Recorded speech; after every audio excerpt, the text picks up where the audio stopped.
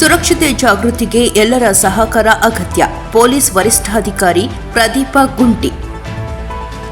ಅಮಾನಾಬಾದ್ ತಾಲೂಕಿನ ಮಂಗಲಗಿ toll ಪ್ಲಾಜಾನಲ್ಲಿ secure ಹೆದ್ದಾರಿಗಳ ಅಂಗಸಂಸ್ಥೆ Deccan toll ways limited ವತಿಯಿಂದ ರಸ್ತೆ ಸುರಕ್ಷತೆ ಜಾಗೃತಿ ಕಾರ್ಯಕ್ರಮ ನಡೆಯಿತು. ಬಳಿಕ ಬೀದರ್ ಎಸ್ಪಿ ಪ್ರದೀಪ ಗುಂಟಿ ಮಾತನಾಡಿ, ರಸ್ತೆ ಅಪಘಾತ ತಡೆಗಟ್ಟುವ ಜವಾಬ್ದಾರಿ ಪ್ರತಿಯೊಬ್ಬರ ಮೇಲಿದೆ.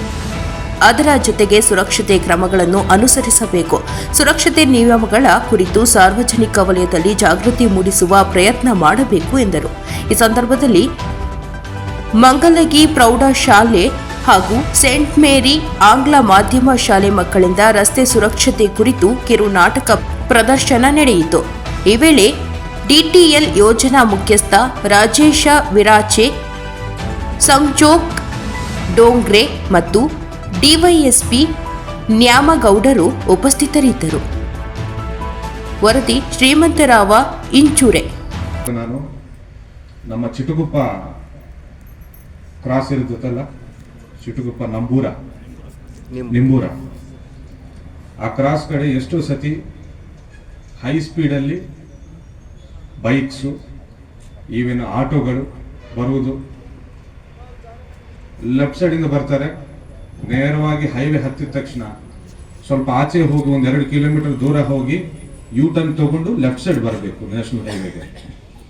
ಬಟ್ ಅವರು ನಮಗಷ್ಟು ಸಮಯ ಇಲ್ಲ, ಪೆಟ್ರೋಲ್ ಖರ್ಚು ಆಗ್ತದೆ ಅನ್ನೋ ನಿಟ್ಟಿನಲ್ಲಿ ಹೈವೇಗೆ ಡೈರೆಕ್ಟ್ಲಿ ರಾಂಗ್ ಸೈಡೆ ಹತ್ತುವುದನ್ನು ಎಷ್ಟೋ ಸತಿ ಗಮನಿಸಿದೆ. ಎಷ್ಟೋ ಸತಿ ನಾನು ಶಾಸ್ತ್ರಿಯವರಿಗೂ ಕಾಲ್ ಮಾಡಿದೆ, ನಮ್ಮ ಇನ್ಸ್ಪೆಕ್ಟರ್ಗೂ ಕಾಲ್ ಮಾಡಿದೆ, ಡಿವೈಎಸ್ಪಿಗೂ ಕಾಲ್ ಮಾಡಿದೆ. ಈ ರೀತಿ ಹೈ ಸ್ಪೀಡಲ್ಲಿ ರಿವರ್ಸಲ್ಲಿ ರಾಂಗ್ ಸೈಡಲ್ಲಿ ಬರ್ತಾ ಇದ್ದಾಗ ಹೈವೇ ಮೇಲೆ ಹೋಗುವ ಯಾವುದಾದ್ರೂ ಒಂದು ಡಿಕ್ಕಿ ಹೊಡೆದ್ರೆ ಒಂದು ಜೀವ ಹೋದ್ರೂ ಸಹ ಆ ಕುಟುಂಬಕ್ಕೆ ಯಾರು ತೀರಿಸಲಾಗದ ಒಂದು ದೊಡ್ಡ ಆಘಾತ ಆಗುತ್ತದೆ. ಸೊ ಎಷ್ಟೋ ಸತಿ ನಾನು ಇನ್ಸ್ಪೆಕ್ಟರ್ ಮಾತಾಡಿದೆ, ಇದೇನು ಮಾಡ್ಬೋದು, ಅಲ್ಲೇನಾದರೂ ಒಂದು ಡಿವೈಡರ್ ತರ ಮಾಡಿದ್ರೆ ಅಲ್ಲಲ್ಲೇ ರೋಡ್ ಕ್ರಾಸ್ ಮಾಡ್ಕೊಂಡು ಹೋಗ್ತಾರಲ್ಲ ಅನ್ನುವ ಚರ್ಚೆ ಕೂಡ ನಡೆಸಿದ್ವಿ. ಶಾಸ್ತ್ರಿ ಅವರು ನಮ್ಮ ಇವರು ಎಲ್ಲರೂ ನನ್ನ ಆಫೀಸ್ಗೆ ಬಂದು ಏನೇನು ಮಾಡಬಹುದು ಸರ್ ಅಂತ ಚರ್ಚೆ ಮಾಡಿದ್ದೇವೆ. ಮಾಡಿದ್ದಾಗ ಒಬ್ಬ SP ಆಗಿ ನೀವು ನ್ಯಾಷನಲ್ ಹೈವೇ ಅಥಾರಿಟಿ ಆಫ್ ಇಂಡಿಯಾಗೆ ಬರೆದ್ರೆ ಈ ರೀತಿ ಆಕ್ಸಿಡೆಂಟ್ಗಳು ಆಗುವ ಸಾಧ್ಯತೆಗಳಿವೆ, ದಯವಿಟ್ಟು ಇದಕ್ಕೆ ಏನಾದರೂ ಒಂದು ಪರಿಷ್ಕಾರ ಹುಡುಕಾಡಿ ನಮಗೆ ಮಾಡಿಕೊಡಿ ರೋಡ್ ಸೇಫ್ಟಿಗಾಗಿ ಅಂತ ಅವ್ರಿಗೆ ಬರೆದ್ರೆ ಖಂಡಿತ ಅವ್ರ ಕಡೆಯಿಂದ ಸ್ಪಂದನೆ ಬರ್ತದೆ ಅಂತ ಹೇಳಿದ್ದಾರೆ. ಬಟ್ ನನಗೆ ನಂಬಿಕೆ ಇಲ್ಲ.